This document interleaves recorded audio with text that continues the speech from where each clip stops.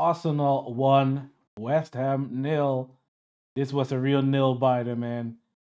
The stress levels went way up. The moments at the end made me age like 10 years at least. But we got it done. On to Burnley. Let's get into this match reaction.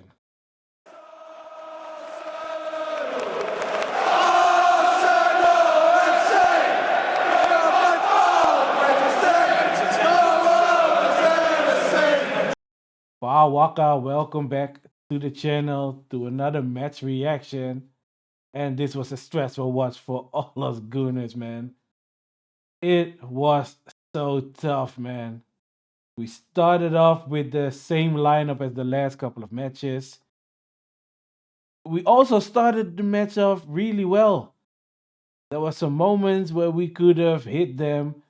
Calafiori probably had the biggest moment of wrong decision making. He got the ball from Trossard, great pass from him, great run by Calafiori. He tried to score a goal with the outside of his left boot instead of just passing the ball through immediately to Jokeres, bypassing the goalie and the defense, and then giving Jokeres an easy tap in. From that corner, we also had the Trossard stuff where the goalie saves it, and Trossard then also hits the post with a header. There were just so many different moments there in the first half, or just a couple of different moments in the first half hour where we were just way better than them. We could have scored our goal, but we just kept failing at the last hurdle. And it was really frustrating, actually. Knowing that we just need that win, it would have been amazing to go up 1-0 early on, making sure that they can't just sit back and relax, give them no confidence at all. But we did the opposite, not scoring in that first half an hour and started to give away the dominance, made West Ham just go better, better, better, better. They started to run faster, they pressed more, they won more duels. Ben White also got injured, which meant that Arteta subbed on Zubamendi and put Rice at right back. And I was holding my head. I was like, why are you doing this? Just bring on Mosquera. Just let Rice and MLS run the midfield and just keep it simple. No, he takes off Ben White for Zubamendi. The whole balance of the team was off. West Ham started to get into the match. They started to attack us a little bit. They had a header the from the striker Tati, Raya with a great save, and they started to get more and more pressure on us. They started to get more into the game. It was more back and forth from there on. At halftime, they subbed off Calafiori and they put on Mosquera. So you had Mosquera at right back, MLS went to left back, Supermendi at right in the middle. It didn't really make us better. The game was still kind of back and forth. There was just little chances here and there. You had a header from Jokeres from a soccer cross, but it wasn't an easy one. You had a ball in the first half. You also had a ball from Calafiori that was headed from a free kick with Mafropanos clearing it off the line. So we did have chances in the first half. We had chances in the second half, but West Ham also got more into it. They definitely had the biggest chance in the second half. Raya saved our asses, man. That's the reason why this man is the Golden Glove winner for this season for the third time in a row. This attack, it just for me, it just went in slow motion because I could see it ripple the back of the net. When the guy went through 1-on-1 with Raya, I was like, oh my God, here we go. 1-0 down against number 18, relegation fodder in the Premier League, but the guy chose the near post, and Raya made himself as big as possible, saving our asses. And I was just so relieved, man. This was just a moment where you can just see them score already. This is one of those pictures that you see in like 10 or 20 years, and someone's going to be like, how do I tell my son that this wasn't a goal, especially from a West Ham side? But amazing from Raya, man. I mean, he didn't really do anything wrong throughout the whole match, and he really saved us, man. He's just showing why he is one of the best goalies in the world at the moment. Why it's especially weird that he is the second goalie for Spain, because one is playing for Bilbao and has mediocrity, and the other one is fighting for a Premier League title and is in the Champions League final. But hey, I'm not gonna tell the Spain coach what he should do, because I don't care what Spain does. I just care what Arsenal does, and luckily, Raya kept his clean sheet there. We Odegaard comes on, Madueke comes on. You have a couple of subs here and there, and this attack starts. Odegaard gets the ball, plays a 1-2, gets the ball back from Rice, plays it into Trossard, and he just whacks it. Think it takes a little deflection off the tall guy. I can't remember his name right now. He gets a deflection on it. It still goes into the back of the net. And I'm going ecstatic here, man. I'm telling you, my neighbors have definitely heard me scream at the top of my lungs, man. I was so relieved that that ball went in, because at that moment I was already contemplating how we were gonna still try and win this Premier League, having drawn against West Ham. But that was just such a relief, man. Him scoring that goal at an amazing moment of the match, and definitely at a great moment in the season. Trossard is back into the side and back to his better form, his clutch form, and he scores it, man. And it was amazing. After that died down a little bit, I was like, okay, now we just have to keep the door shut at the back. Just take the 1-0. Maybe if something opens up, hit them on the counter, put Jokeres through. We just had to dig in this moment, and you could tell we were doing that. And then they get that corner in, I think, the 94th, 95th minute of the 6 minutes of extra time. And I was like, oh my God, please, please don't mess this up. The goalie comes up from them, and it comes in. You can see all the struggles in the goal area. The ball falls, or the ball gets cleared, and the guy volleys it immediately, and you can just tell that that ball went over the line. Rice was behind the line. His positioning wasn't great there. And I was like, oh my God, seriously? Did we really just F it up in the second to last minute of the match? And then you see the first replay. And you could just tell, man, Raya's shirt was lifted. And then you see the arm coming across from the West Ham player.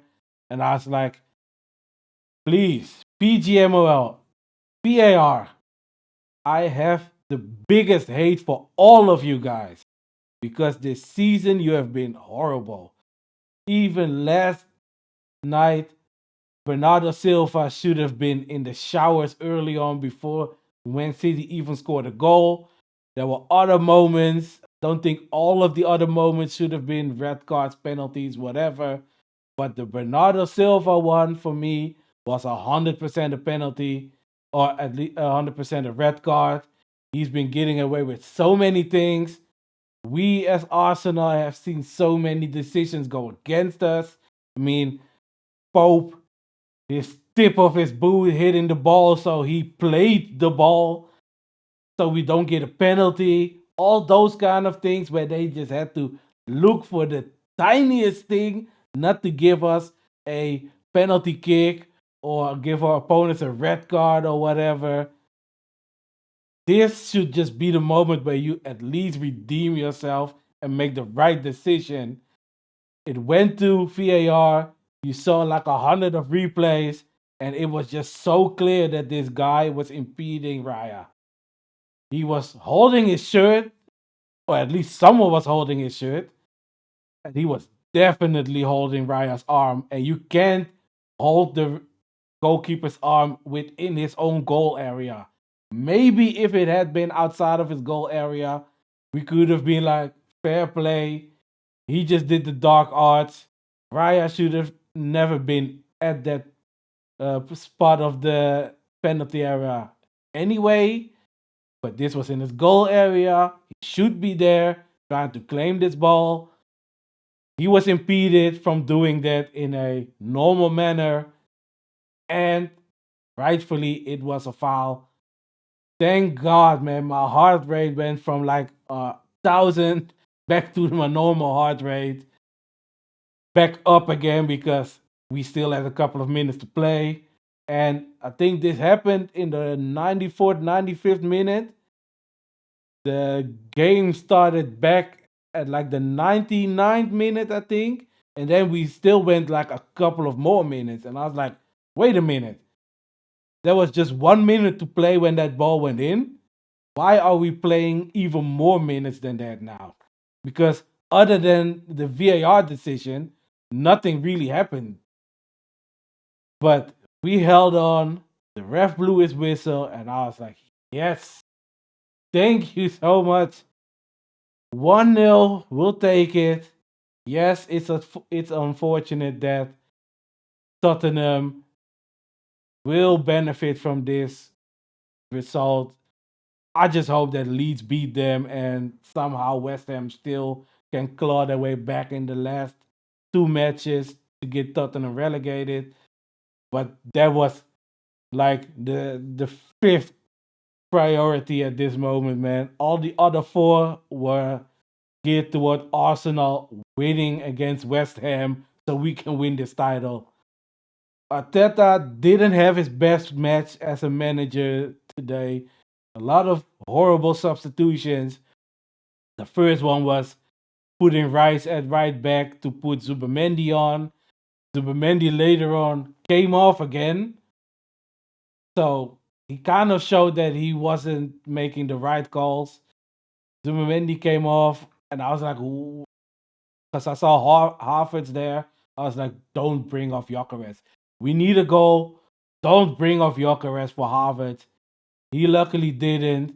Feel like those last two substitutes, or those two substitutes, because the last one was Saka off for Madueke. So the last three substitutes were the right substitutes after the first two didn't really work out for the best. Odegaard came on and had a big impact on it. Harvard had a couple of headers here and there, just added some height to our team. Noni came on later on because Saka was really not at his best today. He was also fouling people, so he really needed to be taken off. Noni came on. He did okay. Probably one of the best things he did was just blast the ball against a West Ham player and get us a throw in. But we held on. Top of the league still. Still that 2 point lead after City would win their game in hand. Let's just hope that they don't even win that. But we can just go on from here, win our last two matches. We don't even have to look at what City does. Still have it all in our own hands. Man, yesterday was so much easier with the women beating Aston Villa 3-0.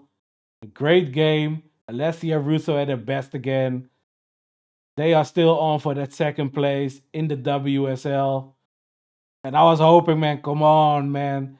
Look at the match the women played. You have the same colors on today, just replicate an easy 3-0 win, but they couldn't get it done. At least they got the 3 points, which is the most important thing here. And now we can just rest assured as Arsenal fans. We can check Man City against Crystal Palace. Not that important, but hey, we can still watch whatever they do. Or is that after their FA Cup? I don't even know. But I think it should be this midweek. See. Yeah, on Wednesday, the 13th of May, they play against Crystal Palace. 9 p.m. kickoff at home. But even if they win it, we just need to win our matches. It doesn't even matter. It would be nice if they drop points in either this match or the Bournemouth match, because that way we could be champions on Monday evening. But let's just wait and see. We have a week where we don't have to play. The players can rest. Injuries can heal. Maybe Ben White's injury isn't that serious. We will see. I will be there the next time. And the women also play during midweek. So I hope I can watch that match, and I will do some coverage when it comes to shorts or TikToks. So just stay tuned. See you guys on the next one. Peace.